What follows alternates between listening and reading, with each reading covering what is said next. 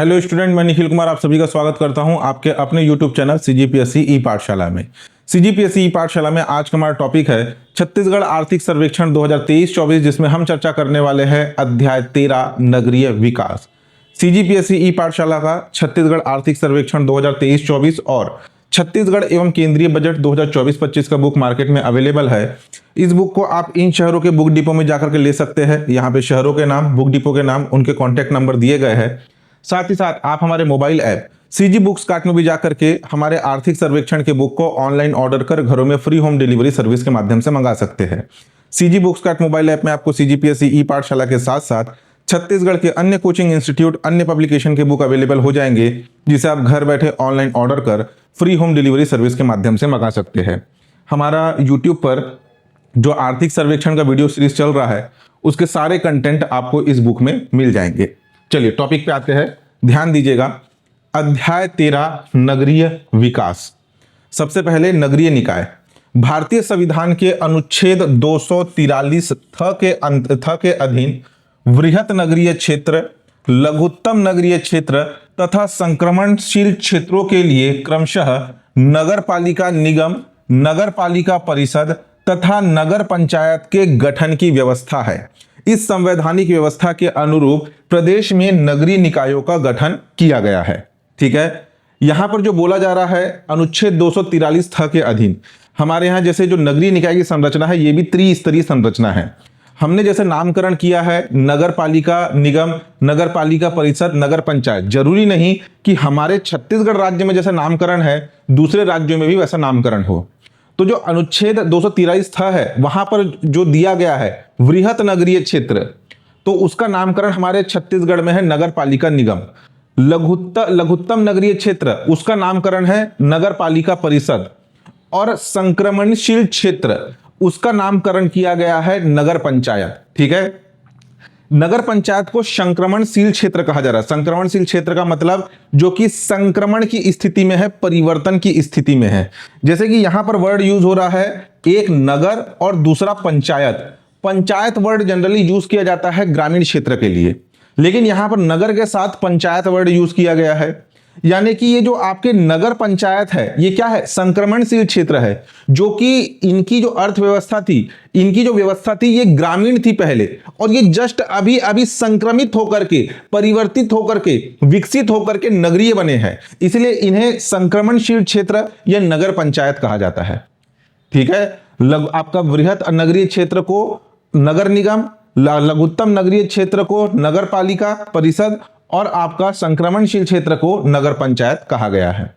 ठीक, यह है हमारे छत्तीसगढ़ में नगरीय निकाय की स्थिति। बुक में एक जगह प्रिंटिंग मिस्टेक है, जहां पर नगर पंचायत 112 था, वहां पर 122 होना चाहिए। ठीक है, यहां पे 112 लिखा गया है, 122 होना चाहिए, लेकिन ये आंकड़े भी अभी अपडेट हो चुके हैं, वो भी मैं आपको बताता हूं। देखिए, आर्थिक सर्वेक्षण जो गवर्नमेंट का ऑफिशियल आर्थिक सर्वेक्षण 2023-24 जो पब्लिश हुआ, उसमें नगर निगम की संख्या 14, नगर पालिका परिषद की संख्या 47 और नगर पंचायत की संख्या 122।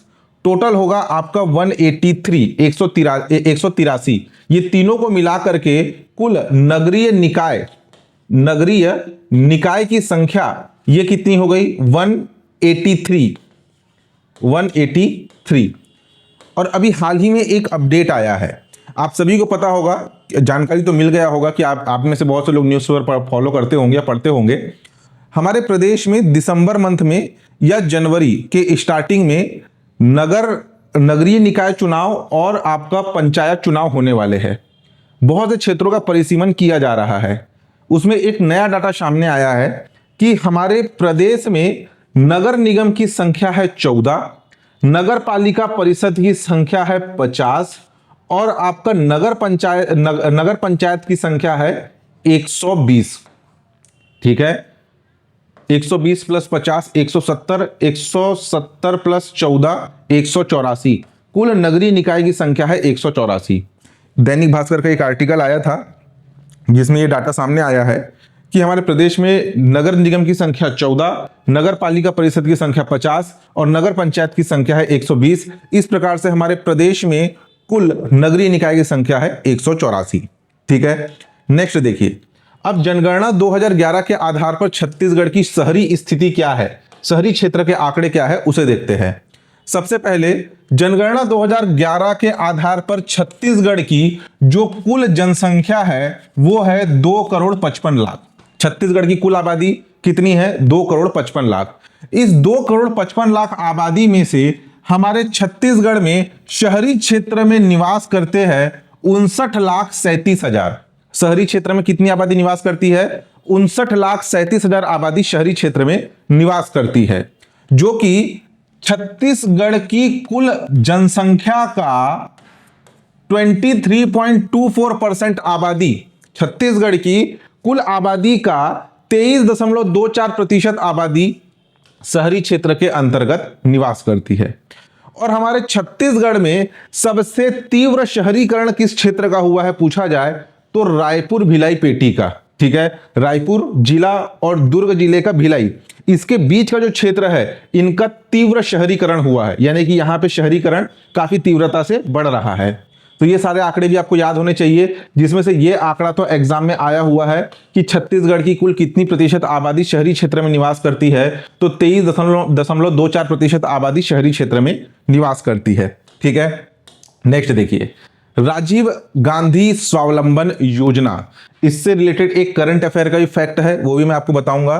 तो ये योजना इंपॉर्टेंट है, इससे क्वेश्चन बन सकता है। राजीव गांधी स्वावलंबन योजना जो कि असंगठित रूप से गुमटी ठेले एवं फेरी लगाकर जीविकोपार्जन करने वाले परिवारों के आर्थिक उत्थान की योजना है, यह राजीव गांधी स्वावलंबन योजना। असंगठित रूप से यानी कि किसी संगठन में इनका कोई रजिस्ट्रेशन नहीं है, पंजीकरण नहीं है, गुमटी ठेले या फेरी लगा करके जीविकोपार्जन करने वाले परिवार। गुमटी ठेले का मतलब सबसे बेसिक एग्जांपल जो गुपचुप का ठेला है, ठीक है, गुपचुप का ठेला है वो भी एक प्रकार का गुमटी ठेला है, यानी कि ठेले में अपने वस्तुओं को बेचते। फेरी लगा करके यानी कि किसी चबूतरे में, किसी आपके सड़क के किनारे फुटपाथ पर त्रिपाल बिछा करके सामान को रख करके अपने सामान को बेचते, सामान बेचते, सब्जियों को बेचते हैं।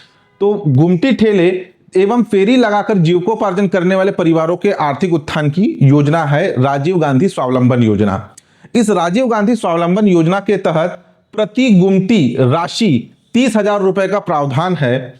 नगरीय निकाय को 100% अनुदान दिया जाता है। इसमें ऋण के रूप में राशि नहीं प्रदान की जाती, कोई लोन नहीं दिया जाता, इसमें अनुदान दिया जाता है।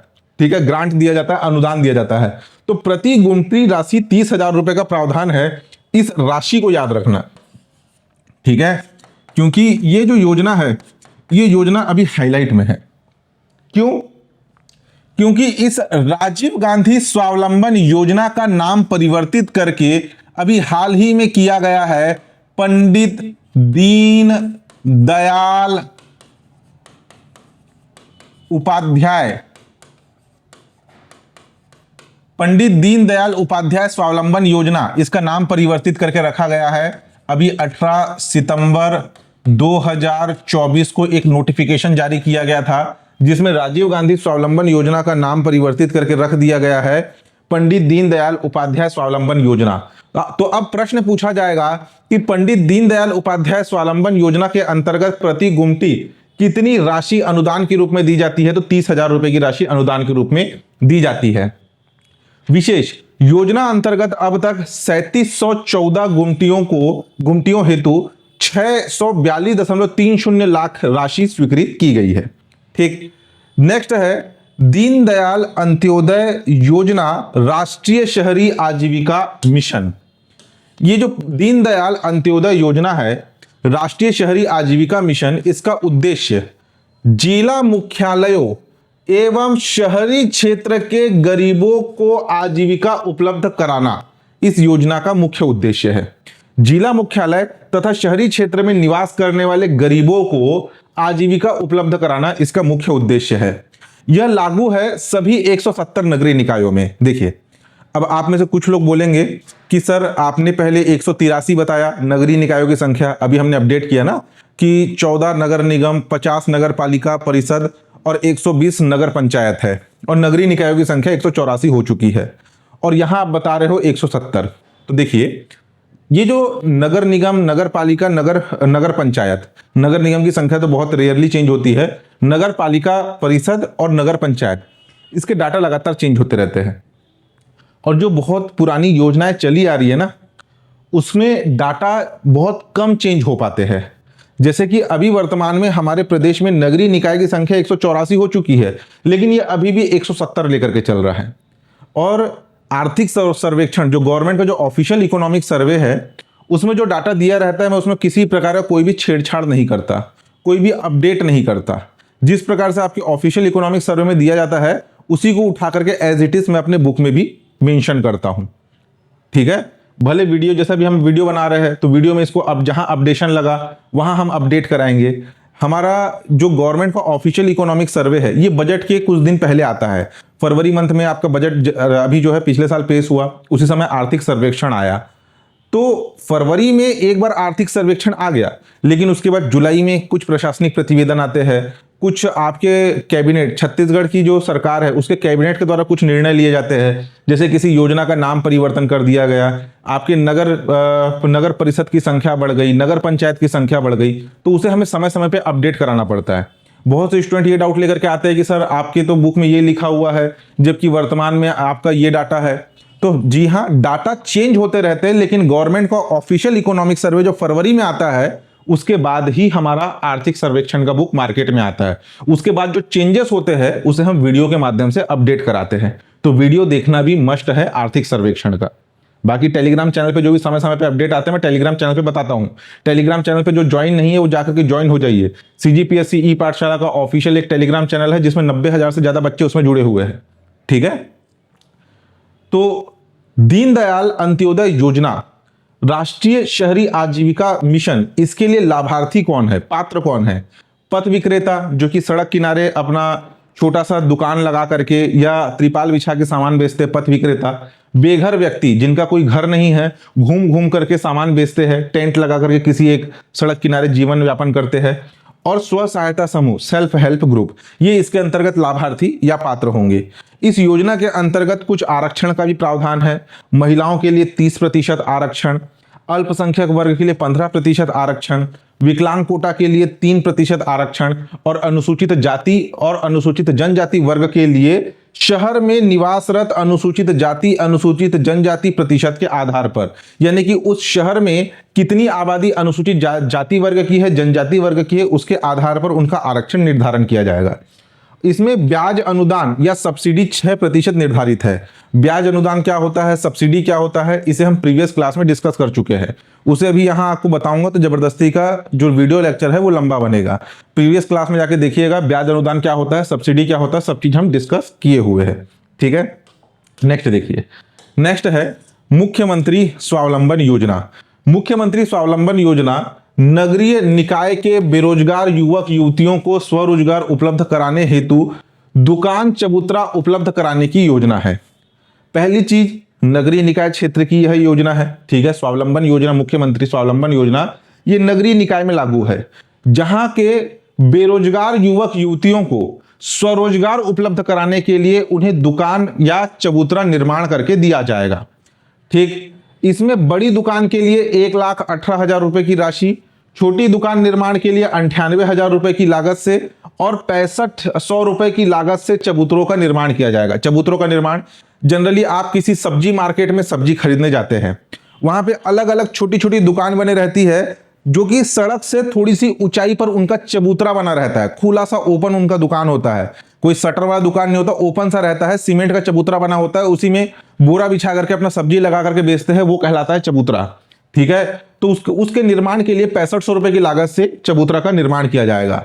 इसके अंतर्गत नगरीय निकायों में 50% ऋण के रूप में और 50% अनुदान के रूप में राशि का प्रावधान है, यानी 50% लोन के रूप में प्रदान किया जाएगा, जिसमें कुछ मिनिमल अमाउंट इंटरेस्ट या ब्याज लिया जाएगा। इस राशि पर जो राशि प्रदान की जाएगी उसमें से 50% राशि पर आपका ब्याज लिया जाएगा और 50% की राशि अनुदान के रूप में यानी कि ग्रांट के रूप में प्रदान की जाएगी। ठीक है, नेक्स्ट देखिए, नेक्स्ट है मिशन अमृत। मिशन अमृत से काफी समय से एग्जाम में क्वेश्चन नहीं आए हैं। एक ही बार क्वेश्चन पूछा गया था कि इस मिशन अमृत का फुल फॉर्म क्या है। इसका फुल फॉर्म है अटल नवीनीकरण एवं शहरी परिवर्तन मिशन। ये मिशन अमृत का फुल फॉर्म है। इसका शुभारंभ हुआ था 25 जून 2015 को। इसके अंतर्गत चयनित शहर या इस मिशन के अंतर्गत क्राइटेरिया क्या है? 1 लाख से अधिक आबादी वाले 500 से अधिक शहरों को इस योजना के अंतर्गत शामिल किया गया है। 1 लाख से अधिक आबादी वाले पूरे देश भर में से 500 से अधिक शहरों का चयन हुआ है मिशन अमृत के अंतर्गत। हमारे छत्तीसगढ़ से 9 नगरीय निकायों को इस योजना के अंतर्गत क्रमशः रायपुर, बिलासपुर, दुर्ग, भिलाई, राजनांदगांव, अंबिकापुर, जगदलपुर, रायगढ़ और कोरबा शामिल है।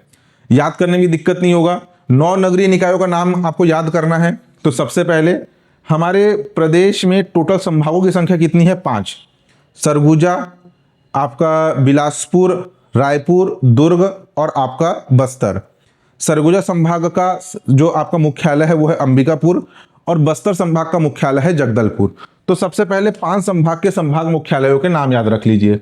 एक रायपुर, बिलासपुर, दुर्ग, अंबिकापुर और जगदलपुर, 5 हो गए।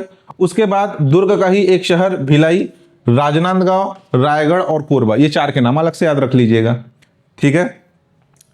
इस योजना के अंतर्गत जो है मिशन अमृत के अंतर्गत सुविधा, जल प्रसाय सुविधा, सीवरेज तथा सेफ्टी मैनेजमेंट, उद्यान, हरित स्थल इसके प्रमुख घटक है। यानी कि नवीनीकरण किया जाएगा उन शहरों का। उन शहरों में जल प्रदाय व्यवस्था अच्छी होनी चाहिए, सीवरेज सिस्टम अच्छी होना चाहिए, ठीक है, जल निकासी की व्यवस्था, सेफ्टी मैनेजमेंट होना चाहिए, उन क्षेत्र में जगह जगह पर उद्यानों का निर्माण होना चाहिए, हरित स्थलों का निर्माण होना चाहिए। ये इसके प्रमुख घटक है। ठीक। नेक्स्ट है आपका मिशन स्मार्ट सिटी। काफी समय से क्वेश्चन नहीं आया है, लेकिन हमारे सिलेबस में है या आर्थिक सर्वेक्षण के बुक में है, इसलिए एक नजर इस पर भी रखते हैं। मिशन स्मार्ट सिटी ये भी प्रारंभ हुआ था 25 जून 2015 को। भारत के कुल 100 शहरों को स्मार्ट सिटी बनाने हेतु इसका चयन किया गया था। हमारे प्रदेश के 3 शहर क्रमशः रायपुर, नया रायपुर और बिलासपुर का चयन स्मार्ट सिटी योजना में हुआ है। प्रश्न पूछा जाएगा कि स्मार्ट सिटी योजना के तहत हमारे प्रदेश के किन शहरों का चुनाव हुआ है? रायपुर, नया रायपुर, भिलाई, बिलासपुर। ठीक है, मतलब किसका चयन नहीं हुआ है पूछेगा। 4 ऑप्शन दिया है तो भिलाई शामिल नहीं है। कौन कौन सा शामिल है? रायपुर शामिल है, नया रायपुर शामिल है और बिलासपुर शामिल है। नेक्स्ट है राजीव गांधी आश्रय योजना। राजीव गांधी आश्रय योजना ये शहरी गरीबों को जमीन का पट्टा प्रदान करना इस योजना का मुख्य उद्देश्य है। शहरी गरीबों को जमीन का पट्टा, एक होता है जमीन का रजिस्ट्री यानी कि पंजीकरण, रजिस्ट्री वाली जमीन जो आप बोलते हैं, उसमें उस जमीन का भूमि स्वामी जो व्यक्ति रजिस्ट्री करा रहा है वो उसका भूमि स्वामी होगा। पट्टे की जमीन यानी कि जो जमीन है वो शासकीय है, सरकार कुछ सालों के लिए किसी व्यक्ति विशेष को वो जमीन लीज पर या पट्टे पर देती है। 30 साल के लिए, 40 साल के लिए उस व्यक्ति को उस भूमि का भूमि स्वामी बनाया जाता है, लेकिन वो परमानेंट उसके नाम पे रजिस्ट्री नहीं होता। कुछ सालों के लिए सरकार उसे लीज पर देती है, पट्टे पर देती है। तो राजीव गांधी आश्रय योजना ये शहरी गरीबों को जमीन का पट्टा प्रदान करना इसका मुख्य उद्देश्य है। नगर पालिका निगम, नगर पालिका परिषद, नगर पंचायत में 19 नवंबर 2018 को निवासरत झुग्गी वासियों को स्थायी पट्टा प्रदान किया जाएगा। ये इस योजना का मुख्य इसके अंतर्गत पात्रता है। विशेष 1984 में दिए गए पट्टों की 30 वर्ष की अवधि पूरी हो गई है, इसलिए पट्टों का नवीनीकरण किया जा रहा है इस योजना के माध्यम से। वर्ष 1984 में जो पट्टा इशू किया गया था, पट्टे जारी करके भूमि अलॉट किया गया था, उनके पट्टे की अवधि 2014 में समाप्त हो चुकी है। ठीक है, अभी जो है पट्टा ये लगभग रद्द हो चुका है, लेकिन जगह जगह पे लोगों का कब्जा है। वहां पे 2 मंजिला 3 मंजिला इमारत लोग बना करके रह रहे हैं। बहुत से ऐसा भी चीज हो गया है, बहुत से जगहों पे 30 साल या अब 2024 आ गया, लगभग कितना ये था आपका 30 साल, अब 2024 आ चुका है, तो टोटल अवधि कितना हो गया? टोटल हो गया आपका 40 साल। 40 साल कोई व्यक्ति एक जगह पर रहेगा क्या? कुछ लोगों ने अपनी जमीन बेच करके चले गए हैं, पट्टे की जमीन जो कि एक तरीके से इलीगल है, लेकिन पट्टे की जमीन को बेच करके दूसरे जगह पे जाकर के निवास कर रहे हैं। तो इसमें कंडीशन रखा गया है कि 19 नवंबर 2018 को निवासरत झुग्गी वासियों को स्थायी पट्टा प्रदान किया जाएगा, यानी कि जो व्यक्ति का उस जमीन पर कब्जा है उसके नाम पर पट्टा जारी किया जाएगा। ठीक है, नेक्स्ट देखिए सौर सिटी प्रोजेक्ट। सौर सिटी प्रोजेक्ट इससे भी तो काफी समय से एग्जाम में क्वेश्चन नहीं आया है। सौर सिटी प्रोजेक्ट कुल शहर 65 शहर का चयन किया गया है पूरे भारत भर में से। हमारे छत्तीसगढ़ के रायपुर, बिलासपुर, ये 2 शहर इस सौर सिटी प्रोजेक्ट में शामिल है।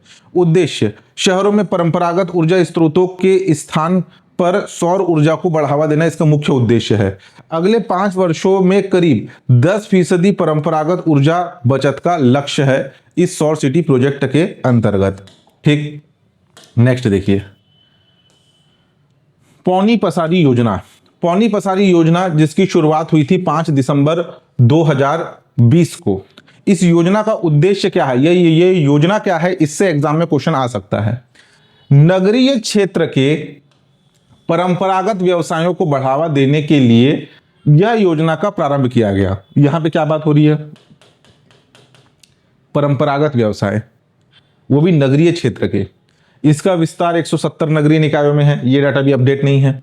लाभार्थी, स्थानीय परंपरागत व्यवसायी जैसे लोहार, बढ़ई, बुनकरी, बांस के सामान निर्माता, चटाई निर्माता आदि को बाजार में शेड युक्त चबूतरा दिया जाएगा।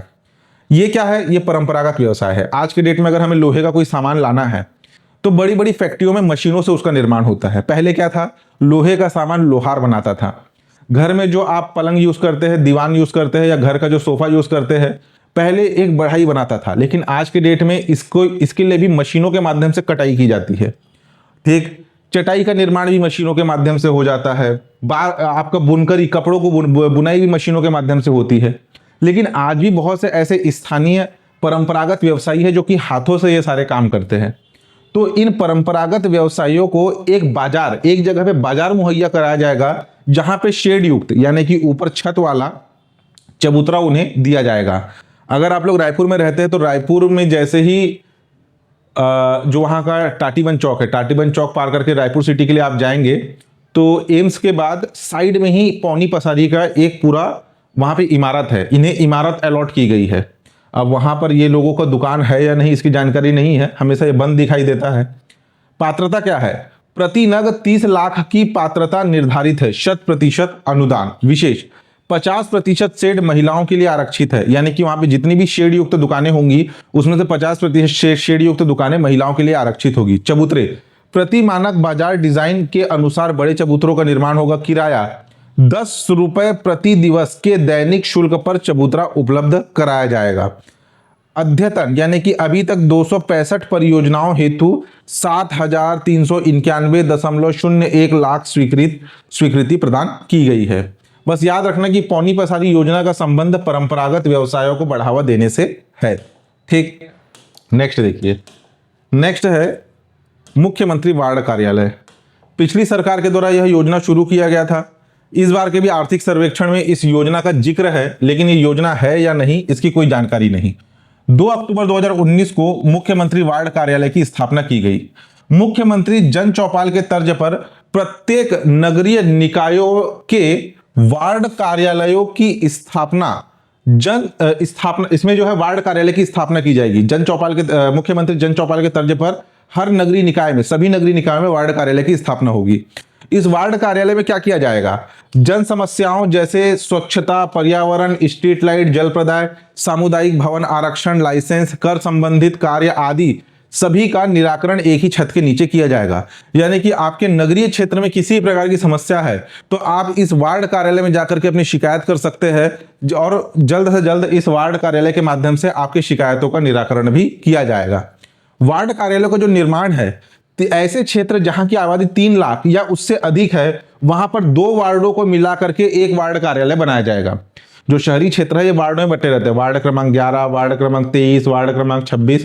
तो 2 वार्डों को मिला करके, ऐसे शहरी क्षेत्र जहां की आबादी 3 लाख से अधिक है वहां 2 वार्डों को मिला करके एक वार्ड कार्यालय बनाया जाएगा। ऐसे क्षेत्र जहां की आबादी 2 से 3 लाख के मध्य है वहां 3 वार्डों को मिला करके एक वार्ड कार्यालय बनाया जाएगा। वर्तमान में प्रदेश के 14 नगर निगमों में 101 वार्ड कार्यालय कार्यरत है।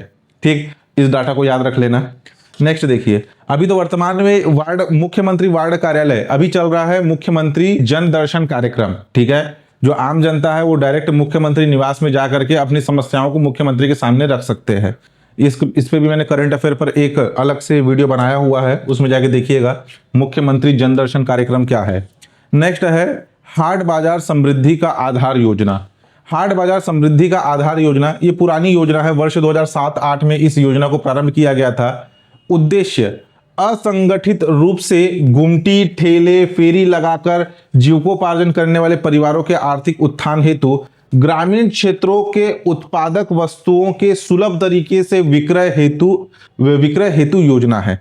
ठीक है, देखो यहाँ पे शहरी और ग्रामीण दोनों आ रहा है। इसमें क्या बोल रहा है कि असंगठित रूप से जो गुमटी ठेले फेरी लगा करके जीविकोपार्जन करते हैं उनके आर्थिक उत्थान हेतु, साथ ही साथ ग्रामीण क्षेत्र में जो वस्तुएं उत्पादित होती है उन उत्पादित वस्तुओं के सुलभ तरीके से विक्रय हेतु यानी कि उसे बेचने की व्यवस्था है। व्यवस्था क्या है? नगरीय एवं ग्रामीण क्षेत्रों में एक एक बड़ा स्थान हाट बाजार के रूप में विकसित करना, जिसमें नीलामी चबूतरे का निर्माण, पार्किंग व्यवस्था, प्रकाश, जल, ड्रेनेज एवं सार्वजनिक प्रसाधन का निर्माण का प्रावधान है। योजना अंतर्गत नगर निगमों को 100 लाख रुपए, नगर पालिका को 70 लाख रुपए और नगर पंचायत को 40 रुपए का प्रावधान है इस हाट बाजार समृद्धि का आधार योजना के तहत। मतलब सीधे साधारण शब्दों में नगरीय क्षेत्र में और ग्रामीण क्षेत्र में एक चबूतरा युक्त हाट बाजार का निर्माण किया जाएगा। ठीक है, तो उसके लिए नगर निगम में 100 लाख, नगर पालिका को 70 लाख और नगर पंचायत को 40 लाख रुपए की राशि का प्रावधान है ऐसे हाट बाजार के निर्माण करने के लिए। ठीक है, नेक्स्ट देखिए, नेक्स्ट है मुख्यमंत्री मितान योजना। मुख्यमंत्री मितान योजना ये भी पिछली सरकार के द्वारा प्रारंभ की गई योजना थी। जनरली जब कभी भी हमारे प्रदेश में सत्ता परिवर्तन होता है या राजनीतिक दल जब बदलती है, जैसे पिछली कांग्रेस की सरकार थी, अभी बीजेपी की सरकार आ गई है, तो पिछली सरकार ने जितनी भी योजनाओं को शुरू किया था, नई सरकार उसे धीरे धीरे ठंडे बस्ते में डाल देती है, यानी कि उन योजनाओं पर ध्यान नहीं देती, धीरे धीरे वो योजनाएं मर जाती हैं। लेकिन कुछ ऐसी योजनाएं किसी सरकार के द्वारा शुरू किया जाता है जो कि राज्य में एक अलग क्रांति, एक रिवॉल्यूशन लेकर के आता है, तो उस योजना का भले नाम परिवर्तन किया जा सकता है लेकिन उस योजनाओं को बंद नहीं किया जा सकता। उनमें से एक था मुख्यमंत्री मितान योजना। सीधे साधारण शब्दों में जितनी भी शासकीय सेवाएं जो प्रदान की जाती है, जिसके लिए आपको कोई गवर्नमेंट का डॉक्यूमेंट बनाना है, अपना ड्राइविंग लाइसेंस बनाना है, पैन कार्ड बनाना है, आधार कार्ड बनाना है, अपने दुकान का गुमास्ता लाइसेंस बनाना है, जन्म प्रमाण पत्र, मृत्यु प्रमाण पत्र, आपका ये सारी चीजें, आपके मैरिज सर्टिफिकेट बनाने हैं, तो इसके लिए सरकारी दफ्तरों के चक्कर लगाने पड़ते हैं। और सरकारी दफ्तरों के चक्कर का मतलब वहां जाकर के लंबी लंबी लाइनें लगनी पड़ती है। कई बार वहां पर कोई अधिकारी मौजूद है या नहीं है तो 40-50 किलोमीटर दूर जाकर के वहां से वापस आने की नौबत आ जाती है। जनरल ऐसा क्या, जरूरी नहीं कि किसी के घर के पास ही सरकारी कार्यालय हो, कुछ कार्यालय काफी दूर होते हैं। तो इसके लिए लाया गया मुख्यमंत्री मितान योजना पिछली सरकार के द्वारा 1 मई 2022 को अंतर्राष्ट्रीय श्रम दिवस के अवसर पर। ठीक, इसमें मितानों की नियुक्ति की गई। इसमें एक रिप्रेजेंटेटिव, एक प्रतिनिधि आपके घर में आकर के आवश्यक दस्तावेज आपसे लेगा और उस दस्तावेज के आधार पर आपका डॉक्यूमेंट आपके घर में पहुंचाया जाएगा। यानी कि सरकारी दफ्तरों के चक्कर पूर्ण रूप से समाप्त हो गए इस योजना के माध्यम से। अभी जो नई सरकार आई, यानी कि विष्णुदेव साय जी की जो सरकार है, उसने इस मितान योजना का ही नया रूप ला दिया है, या इसका नाम परिवर्तन कर दिया बोल सकते हैं,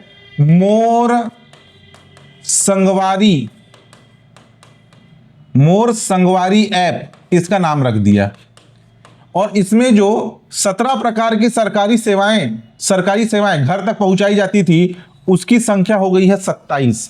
इसका विस्तार 14 नगर निगम, 44 नगर पालिका और 2 नगर पंचायतों में इसका विस्तार है। बाकी सारा कॉन्सेप्ट सेम है। टोल फ्री नंबर भी वही है, सुबह 8 से लेकर के रात के 8 बजे तक ये टोल फ्री नंबर संचालित रहता है। इस योजना के तहत जन्म प्रमाण पत्र उसमें सुधार, मृत्यु प्रमाण पत्र उसमें सुधार, विवाह प्रमाण पत्र उसमें सुधार, सभी प्रकार के जाति प्रमाण पत्र, आय प्रमाण पत्र, निवास प्रमाण पत्र, गुमास्ता लाइसेंस, जमीन नकल के दस्तावेज, भूमि सूचना दस्तावेज, 5 साल तक के बच्चों का आधार कार्ड पर mobile number update, pan card में सुधार और डुप्लीकेट पैन कार्ड बनाने संबंधित सुविधा इसके अंतर्गत दी जाती है। इसका नाम अभी हो गया है मोर संगवारी ऐप। इसे भी करंट अफेयर में मैंने अपडेट कराया था। ठीक, अब तक इस योजना के अंतर्गत 1,77,000 से अधिक लोगों को मितान योजना के माध्यम से घर पर प्रमाण पत्र उपलब्ध कराए गए हैं। ठीक है, नेक्स्ट देखिए, नेक्स्ट है सुचिता योजना। सुचिता योजना स्वच्छ भारत मिशन के अंतर्गत सामुदायिक सार्वजनिक शौचालयों का निर्माण इस सुचिता 24 योजना का जो है ये मतलब योजना है। स्वच्छ भारत मिशन के अंतर्गत सामुदायिक एवं सार्वजनिक शौचालयों का निर्माण करना इस योजना का मुख्य उद्देश्य है। झुग्गी बस्ती, जहां पर आवास गृहों में शौचालय निर्माण हेतु भूमि उपलब्ध नहीं है, यानी कि बहुत से ऐसी बस्तियां होती है, बहुत से ऐसे क्षेत्र होते हैं जहां पर एकदम चिपक चिपक कर घर बनाए जाते हैं, बहुत छोटे क्षेत्र होते हैं, यानी कि लोगों की स्थिति ऐसी है कि एक ही उनके पास एक सिंगल कमरा है, उसी कमरे में उनका बिस्तर है जहां पे वो सोते हैं, उसी कमरे में उनका किचन है, उसी कमरे में वो अपने अंदर साइकिल खड़ा करते हैं, तो उनके पास अतिरिक्त जमीन नहीं है शौचालय बनाने के लिए। तो झुग्गी बस्ती जहां पर आवास गृहों में शौचालय निर्माण हेतु भूमि उपलब्ध नहीं है, सामुदायिक शौचालयों का निर्माण किया जाएगा उस क्षेत्र में सुविधा 24 योजना के तहत। झुग्गी बस्तियों में निवासरत परिवार तथा दूसरे शहरों में आने जाने वाले नागरिकों के लिए 24 आपका सुचिता 24 उपयोग वाले 24 घंटे उपयोग वाले शौचालयों का निर्माण किया जाएगा। इसमें 1,40,000 प्रति सीट, यानी कि एक आपके टॉयलेट सीट के लिए 1,40,000 रुपए की राशि प्रदान की जाएगी। नेक्स्ट है mission clean city. Mission clean city ये क्या है? समस्त नगरीय निकायों में वैज्ञानिक रीति से ठोस अपशिष्ट प्रबंधन के लिए मिशन क्लीन सिटी लाया गया। वैज्ञानिक रीति यानी कि वैज्ञानिक पद्धति से जो ठोस कचड़े होते, ठोस अपशिष्ट के प्रबंधन, उसके मैनेजमेंट के लिए यह मिशन क्लीन सिटी लाया गया।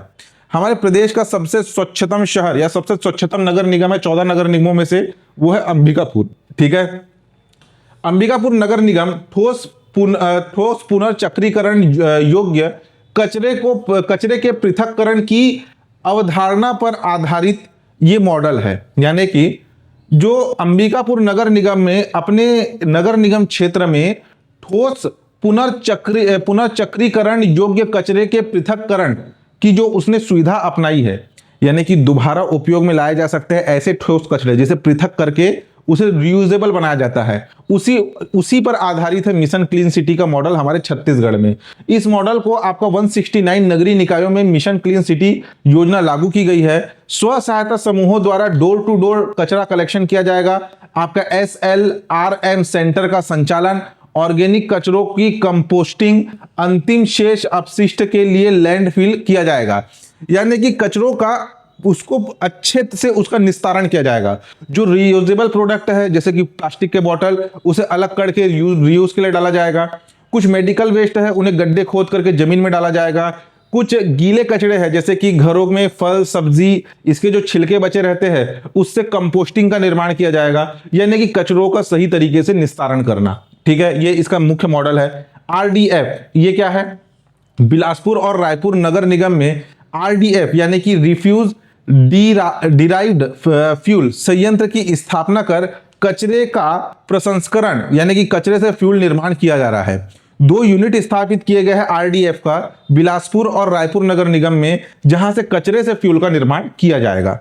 ठीक, नेक्स्ट देखिए, नेक्स्ट है स्वच्छता सर्वेक्षण 2023। पिछले साल का ये एक रैंकिंग है, अभी भी हमारे लिए यूजेबल है। स्वच्छता सर्वेक्षण 2023 ये नगरीय क्षेत्र का सर्वेक्षण है। स्वच्छ भारत मिशन शहरी के अंतर्गत ये आयोजित किया गया था। ये आपका सर्वे, इसका विषय था रिड्यूस, रीयूज और रिसाइकल, इसका विषय है। इसका नोडल मंत्रालय था आवास और शहरी मामलों के मंत्रालय। रेटिंग, प्रदेश के 72 शहरों को गार्बेज फ्री सिटी का रेटिंग प्राप्त हुआ है। स्वच्छता सर्वेक्षण में हमारा छत्तीसगढ़ 2019, 2020 तथा 2021 में पहले स्थान पर था, वर्ष 2022 में द्वितीय स्थान पर, और अभी वर्ष 2023 के रैंकिंग में तीसरे स्थान पर है हमारा छत्तीसगढ़। पहले नंबर पर है मध्य प्रदेश, दूसरे नंबर पर है महाराष्ट्र, तीसरे नंबर पर है हमारा छत्तीसगढ़। 3 साल तक पहले स्थान पर था, 19, 20, 21, 22 में दूसरे और 23 में तीसरे स्थान पर। ठीक, ये है आपके इंडिया बेस्ट परफॉर्मिंग स्टेट, श्रेष्ठ प्रदर्शन करने वाले राज्यों की श्रेणी में हमारा छत्तीसगढ़ तीसरे स्थान पर है।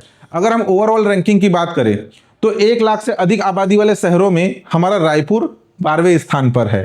ठीक है, रायपुर 12वें स्थान पर है। ओवरऑल रैंकिंग की बात हो रही है पूरे भारत की, पूरे भारत भर में रायपुर 12वें स्थान पर है। देश में पहले स्थान पर है मध्य प्रदेश का इंदौर, हर बार पहले स्थान पर रहता है, और सूरत, इंदौर और सूरत, आपका गुजरात का सूरत, दोनों संयुक्त रूप से पहले स्थान पर है।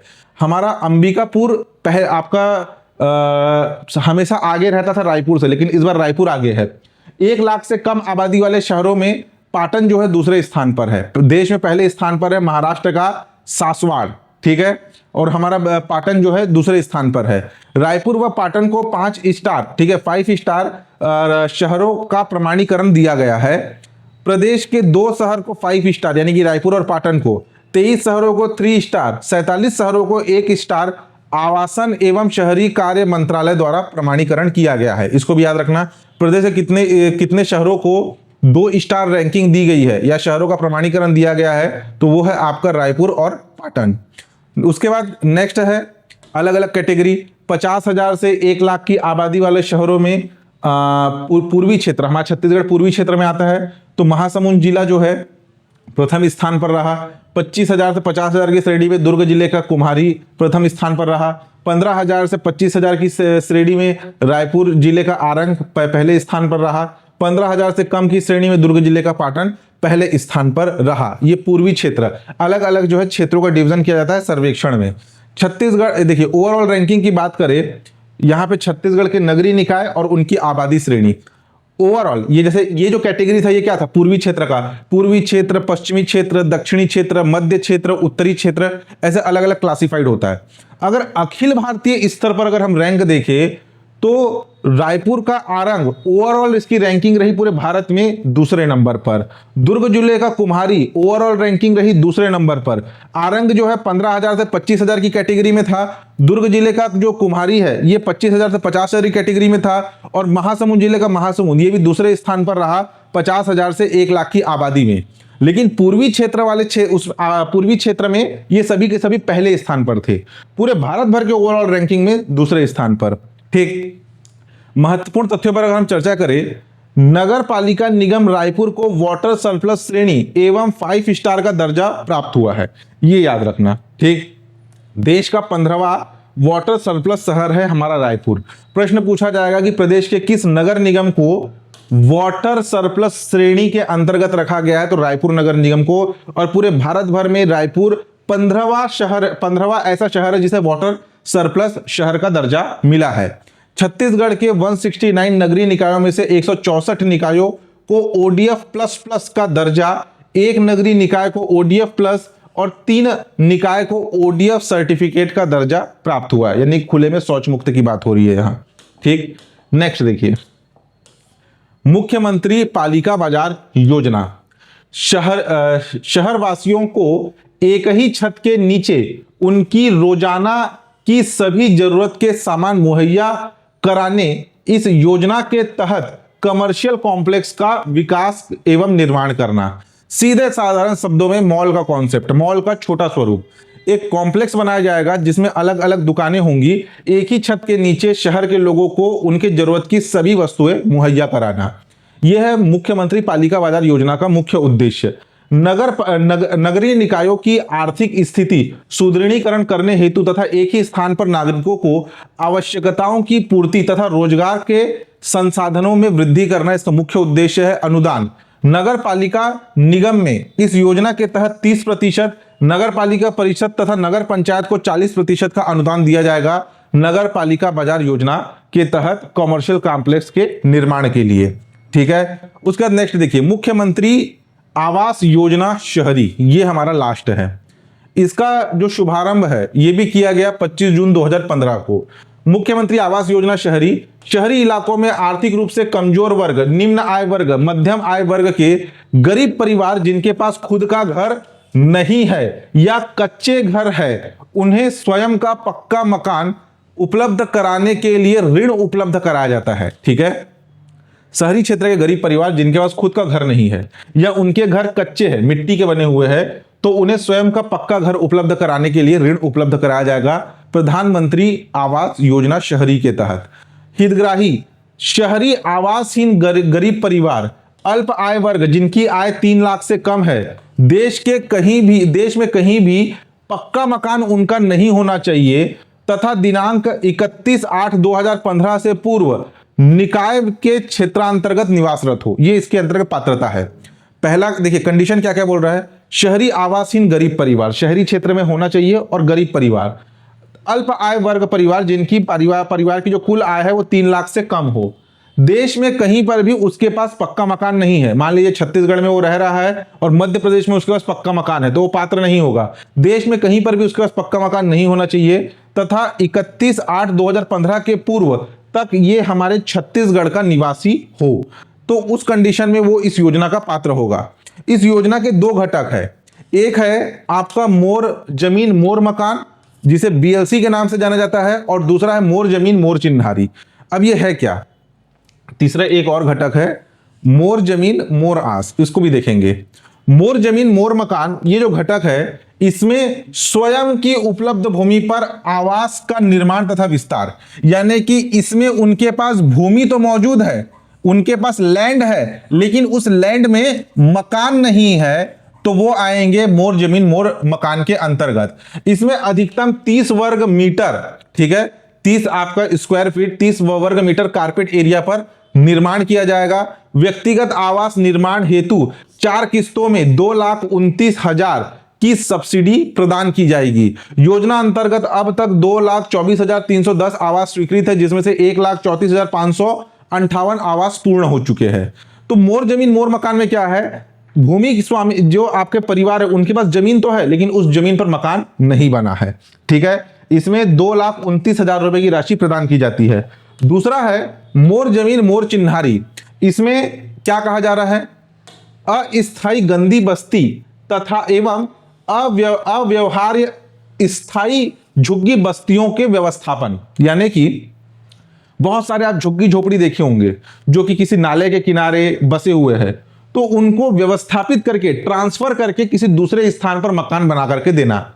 शासन क्या करेगी, बहुमंजिला इमारत बनाएगी। बहुमंजिला इमारत में मूलभूत सुविधाओं के साथ 30 वर्ग मीटर क्षेत्र के फ्लैट निर्मित किए जाएंगे। शासन द्वारा कुल राशि 4 लाख अनुदान के रूप में प्रदान किया जाएगा। हितग्राहियों को रुचि के अनुसार 75,000 रुपए में आवास उपलब्ध कराए जाएंगे।